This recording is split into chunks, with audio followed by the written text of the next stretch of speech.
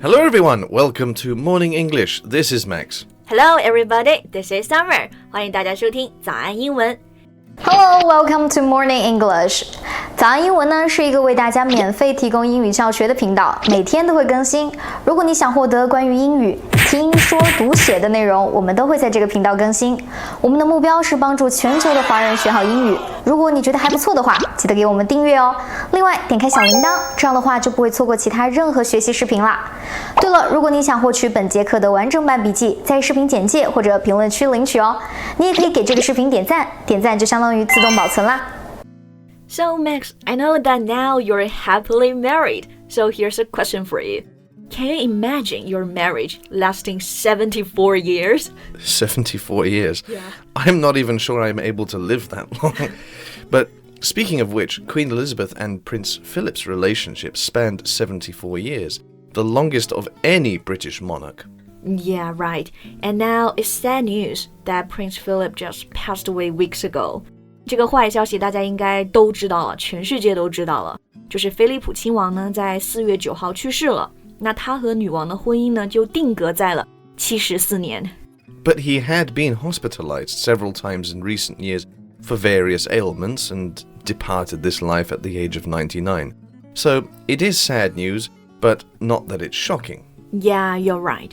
99岁的高龄嘛，而且还是 died peacefully, 平静离去的。所以大家悲伤肯定还是很悲伤，但是并没有多震惊。那其实呢，我对这段74年的皇室婚姻很感兴趣。那 Max 又是英国人。So how about you tell us more about this longest royal marriage? Sure, let's talk about that. And as more people are getting to know who Prince Philip was and talking about his stories, he hasn't really gone.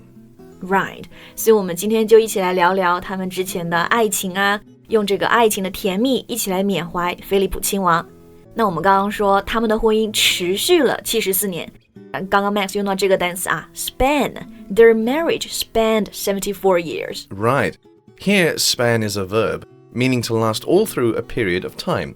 For example, we can say his acting career spanned for 55 years. 对，这里的 span 是个动词啊，就是持续贯穿。那女王和亲王的婚姻持续了70多年。我们也可以说 their relationship spanned more than 7 decades. Do you know how old they are when they first met? 他们俩第一次见面的时候有多大吗？ I have no idea. They first met in 1939. An 18-year-old cadet, Philip, was introduced to a 13-year-old Princess Elizabeth. 18 and 13. So for Princess Elizabeth, it's puppy love. Exactly. I think some students might be a little confused here. What is puppy love? It's not love for dogs or puppies, but it might be the romantic love that young people feel for someone else. 对，这里的 puppy love 不是真的说对小狗狗的爱啊。这个 puppy 它确实是指狗狗小时候很可爱的这种小幼崽嘛，所以这个 puppy love 你可以理解为就是小时候的这种爱，所以就是早恋了。You know, it's said from then, the young royal never thought of anybody else, and they began to exchange letters through the war years. 很浪漫哎。第一次见面开始，女王眼里就没有其他人了。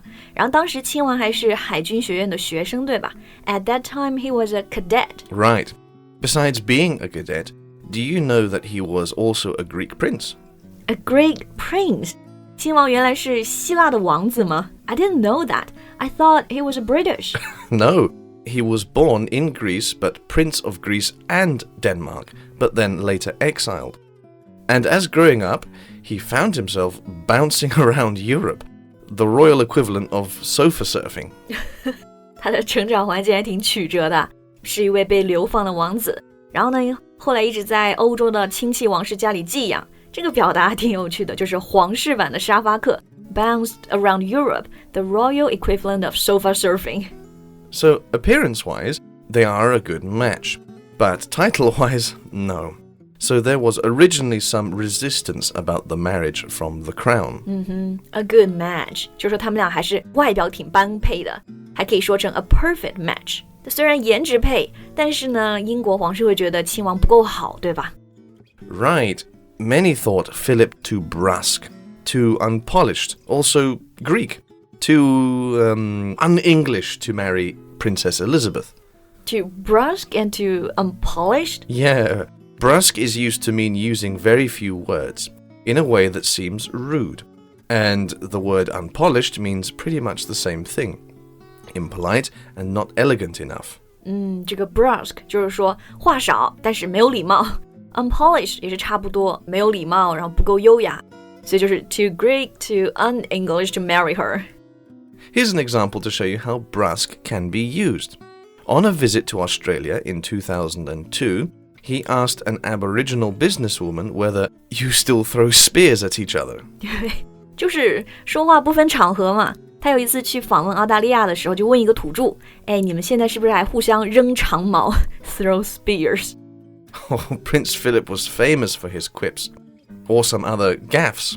But anyway, in 1947, they wed in front of 2,000 people at Westminster Abbey. Yeah, we know the word wedding 就是婚礼的名词，但它其实还有一个动词，就是 wed 就是结婚，但用法稍微正式一些，或者是报纸上经常这么写。